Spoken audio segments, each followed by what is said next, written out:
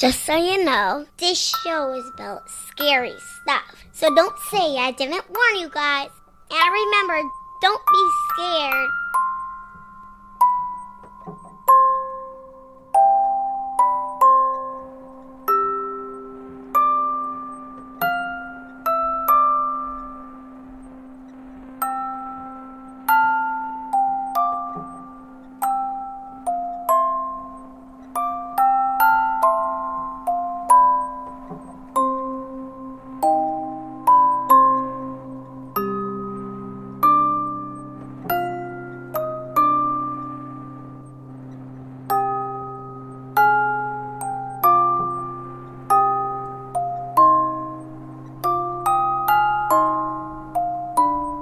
Episode 128, All for Love. War Baby here with another episode of Murderous Minors.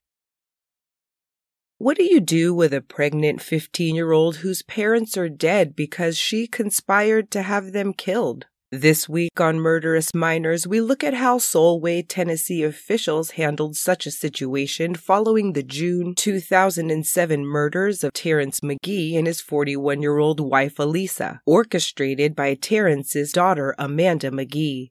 Though she herself didn't pull the trigger, authorities were certain that without her influence, the murders would not have taken place because they allege that she fabricated accusations of child abuse against her father to develop a motive.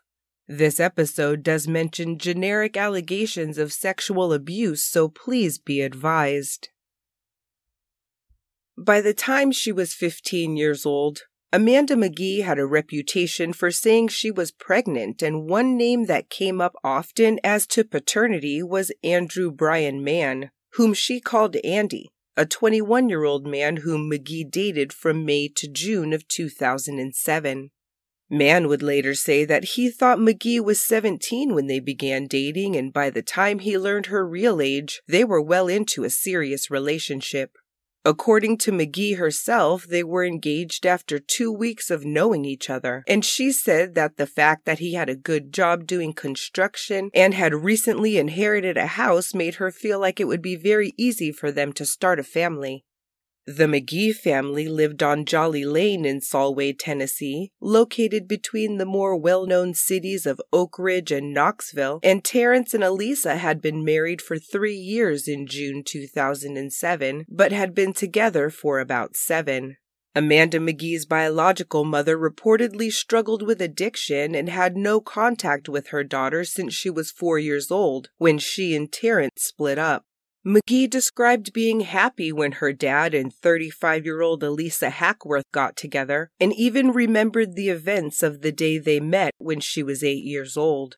She grew up calling Alisa Mom and said she was always there for her, being the mother that McGhee needed but hadn't had. She admittedly loved Alisa a great deal, and the feeling was mutual, but it was with Terrance that the turmoil arose. As she grew older, McGhee became boy crazy, described as one of those girls who had to be watched like a hawk because she was always on the lookout for a new boyfriend. Her desire to date and her focus on boys caused tension between her and her father, a situation which only grew more complicated when the Tennessee Department of Child Services got involved when McGhee was 13 years old. According to her, she and a classmate were writing notes about the abuse McGhee was alleging that her father was inflicting on her at home and about how she wanted to run away. The notes were intercepted by a teacher who alerted the authorities, and although an investigation did take place, the file was closed and the allegations marked as unsubstantiated. No further allegations surfaced as McGhee entered high school, and she stayed occupied with growing up, hanging out with friends, playing soccer, and dating boys. It was in May 2007 when a friend introduced her to 21-year-old Andrew Mann. Like I said before, the romance was a whirlwind by all accounts, one which she knew her parents wouldn't approve of, so she simply didn't tell them because not only was he an adult dating their juvenile daughter, he was troubled. Mann would later testify that he'd been born after his mother was raped at 14 and that, quote, "all I know about my father is he's in prison in Ohio." He testified that crippling separation anxiety resulted in him being homeschooled from the 3rd to 8th grades and that he quit school after being enrolled in Carnes High School, after which his stepdad threw him out. He went on to meet Amanda McGhee after a failed relationship with someone he worked with, whom he said he got pregnant but who didn't go through with it. Within weeks, the pair was engaged and McGhee had taken off with Mann, with her parents filing a missing persons report on May 29, 2007. McGhee said that as their relationship progressed, she began to share with Mann her troubles with her father, and that it had been her boyfriend's idea to get her away from the abuse. Mann said that, quote, she said he was physically abusing her and some other issues that were going on. She really just needed someone to talk to. The pair fled to the home of Mann's grandma, who ended up calling Terrance and Alisa McGhee after about a week to let them know where she was. Mann brought McGhee home, but they took off together again on June 12th. This time, the McGhees knew who their daughter was with and where to find him, so Alisa got Mann on the phone and threatened law enforcement intervention if he failed to return their child. Mann later testified that leading up to his second attempt at running away, McGhee had, quote, repeatedly told him that she was being physically abused by her father and threatened to kill herself if Mann didn't kill Terrance McGhee. When the Lovebirds arrived, Terrance used his car to block Mann in, exiting the vehicle and approaching his daughter's boyfriend with a .38 caliber pistol in his hand. He confiscated Mann's identification and recorded his license plate number so that should this happen again, police could help track them down. The parents could also now threaten statutory rape charges since Mann's driver's license clearly showed that he was 21 years old, and they hoped that a potential jail sentence would help dissuade the relationship from continuing. What that threat did, however, was exacerbate an already tense situation that Terrance and Alisa McGhee no longer had control over, as within days of the driveway confrontation, 15-year-old Amanda McGhee had already concocted a brutal plan and put it into action. You see, McGhee was already pregnant with Mann's child, and should police be notified as to the gravity of his disregard for the law, it wouldn't end well for any of the three of them. So McGhee told Mann about the baby and put her plan into action. She took the pistol that her father had threatened her boyfriend with and placed it in a Crown Royal whiskey bag that she then gave to her friend and neighbor, Rebecca. McGhee instructed her to pick up Mann and give him the bag, and Rebecca later testified that when she handed it over, she could tell what it was and asked Mann about it. Rebecca said he showed her the gun and she replied, quote, "Are you really going to kill her parents?" He just smiled. Rebecca wasn't even sure if McGhee was really going to have Mann's baby, testifying later that, quote, "She had told me and everyone at the school 3 times before that she was pregnant, but going on to say that she didn't know what to do." She testified that she went to the McGhees to tell Terrance, but that Amanda intercepted her and convinced her that the plan was off. It was only when she saw lights, heard sirens, and gathered with neighbors outside 2 days later that she realized the plan had not been canceled but had been kicked into high gear and carried out. She and everyone else would soon learn that, in the days leading up to the murders, Mann told his 23-year-old friend Christopher Gordon Kirkland that his girlfriend was abused at home and unsafe. Kirkland testified that Mann, quote, expressed his anger at Amanda's parents for trying to keep the two of them apart because of their age and stated that he wanted to shoot and kill them, according to Mann's later appeal. Kirkland also testified that Mann asked him to help and Kirkland agreed, telling him, quote, that if he was ever to kill anyone, he would do it by shooting them in the head. A few days later, around 9:30 a.m. on Friday, June 29, 2007, 15-year-old Amanda McGhee waited for her stepmother Alisa to leave for work, then called Mann, who arrived as his girlfriend's father Terrance remained asleep in his bed. Mann's later appeal stated that his testimony at trial was that, quote, she started calling him every 30 seconds and telling him things like, "Baby, this has to be done." He said he came to tell Amanda that the plan was off, but that she begged him and begged him, like he said she'd been doing since the driveway altercation, to kill her father. Mann had told police just after his arrest, though, that he sent Amanda to her bedroom in the back and had her crank the radio before heading into the McGhee's master bedroom. Mann then called Kirkland as he stared at the back of Terrance McGhee's sleeping head, and Kirkland testified that Mann asked him if he should shoot him from behind. Kirkland said that he answered, quote, "I don't know, I'm at work, I gotta go," and ended the call. Mann said that he then shot and killed Terrance McGhee as he lay asleep in his bed. His autopsy would indicate that the man survived the point-blank head wound and, quote, "it was possible he may have been conscious and capable of feeling pain for an hour or two after receiving his injury." The medical examiner later testified that, quote, "we did not find the bullet in the body. It fell into his mouth and it was coughed out. He was coughing up blood." Amanda McGhee next called her stepmother at work and told her that she loved her before inquiring as to what time she'd be home. Alisa said around 4:30 p.m., and with time on their hands, McGhee and Mann went out for breakfast as her father lay dead in their home. The pair also called Kirkland again and met up with him before meeting him back at the McGhee home to see Terrance's dead body, after which he said that he, quote, "freaked out." Kirkland also testified that McGhee didn't seem sad or upset that her father had just been murdered by her boyfriend and that the couple told him that Alisa would soon be killed as well. He returned to work and told no one about what he'd seen or knew. Kirkland said that McGhee didn't want Alisa to be killed, but that Mann said they couldn't leave her alive because she knew that the couple had a reason to want to kill them. Mann testified that he didn't want Alisa to be killed, but that McGhee told him that it had to be done. He said they spent the remainder of the time between when Kirkland saw Terrance's body and Alisa returned from work arguing about whether she should be killed. When the woman finally arrived just before 5 p.m., she was met at the door by Mann. He told police he'd already sent McGhee back to her bedroom again when Alisa came home, and he, quote, "told her to sit down on the couch, that we need to talk. And her first words were, are you going to kill me? And I told her I'm sorry. I have to." She made a quick dart. She tried to go into the kitchen, he said, and it was then that he shot her once in her back and once through her arm and into her torso, with that bullet, quote, ripping across her chest, puncturing her lungs and heart. He testified that, quote, "I don't really remember watching her fall. She was face down. She was dead." Her autopsy would indicate that she likely survived for 3 minutes after she was gunned down.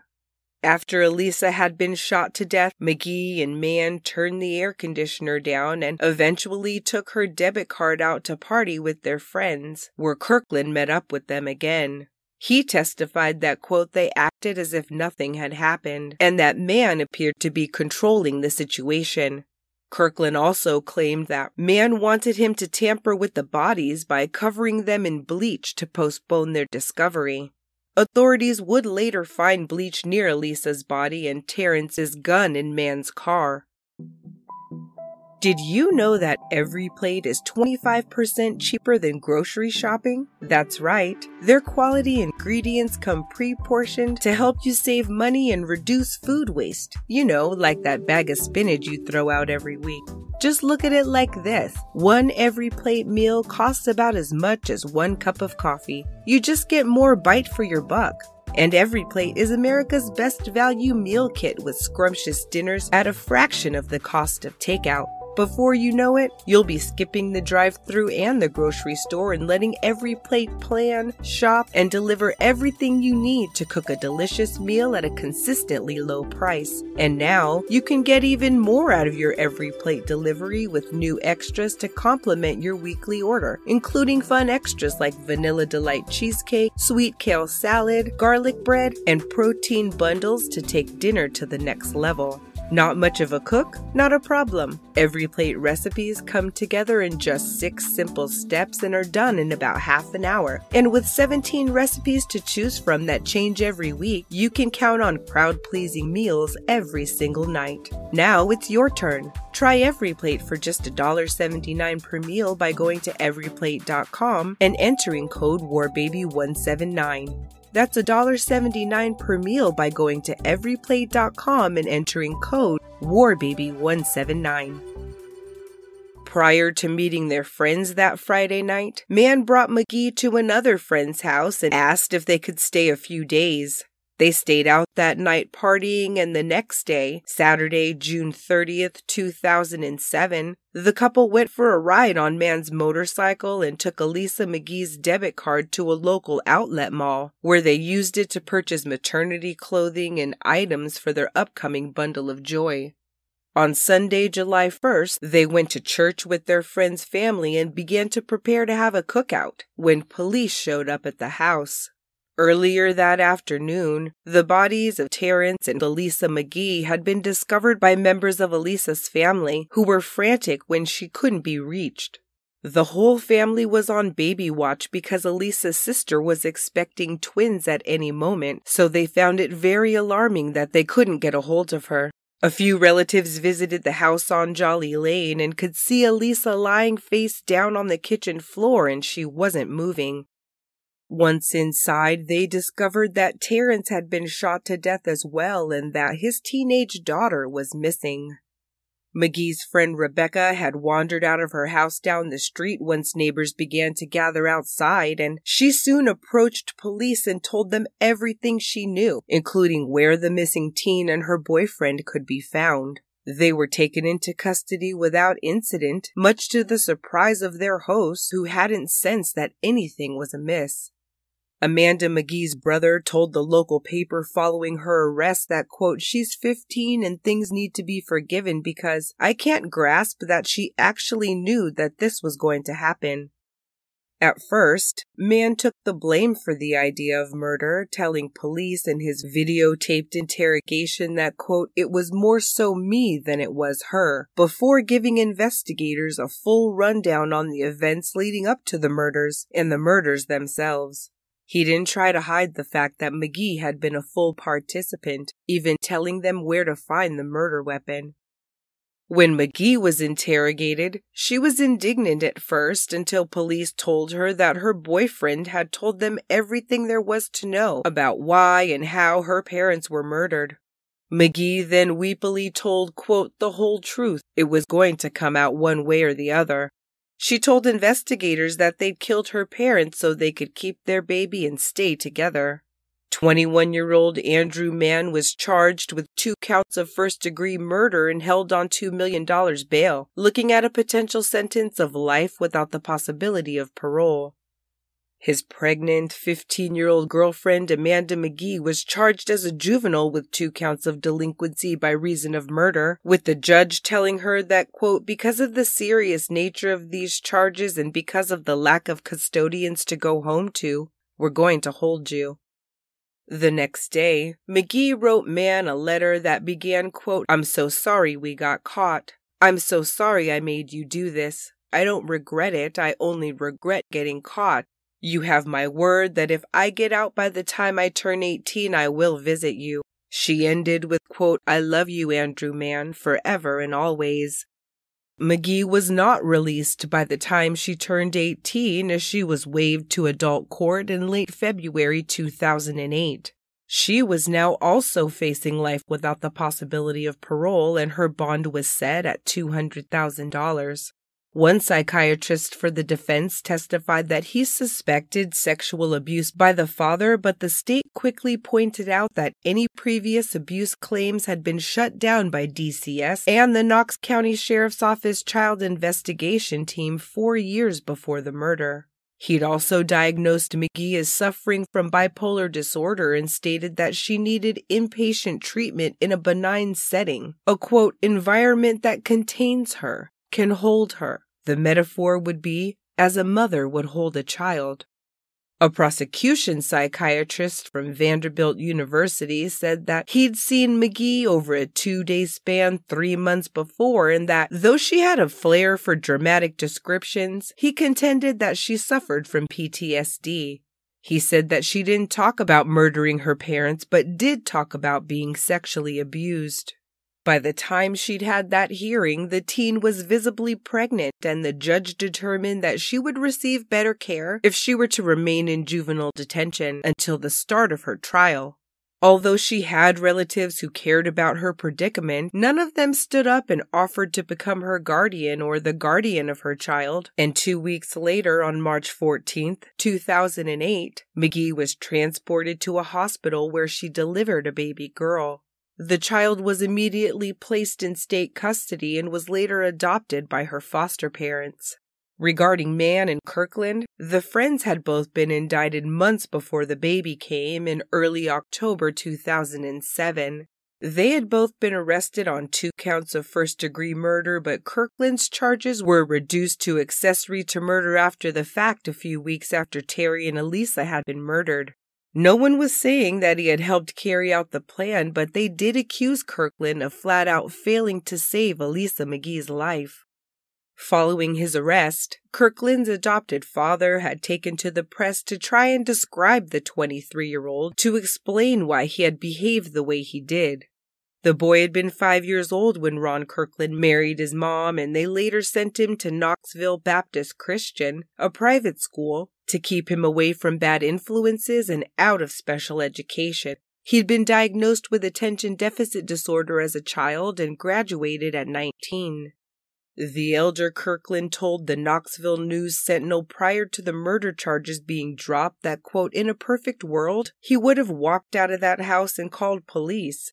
I know he's going to serve time. I could understand accessory after the fact or withholding information, but he wasn't there when the trigger was pulled. Kirkland's bond was reduced to $1,000 and he posted it and went home after being in jail for some 3 weeks.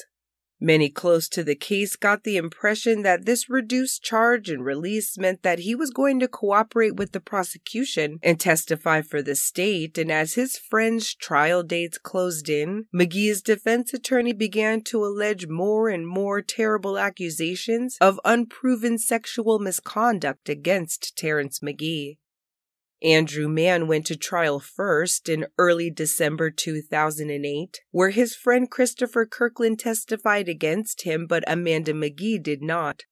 Mann testified in his own defense as well, but his tears did not persuade the jury, and he was found guilty in less than 30 minutes on December 5, 2008. He automatically received 2 life sentences, which were technically 2 terms of 51 years to life. A few weeks later, on January 15, 2009, the judge decided that they would be served consecutively, saying, quote, I don't know what Mr. Mann is going to be like at age 73, but I know that at age 22, he's a dangerous offender. More than a year later, on March 4, 2010, Mann filed a notice of appeal for post-conviction relief in the Court of Criminal Appeals of Tennessee at Knoxville, whose decision was filed on January 23, 2012.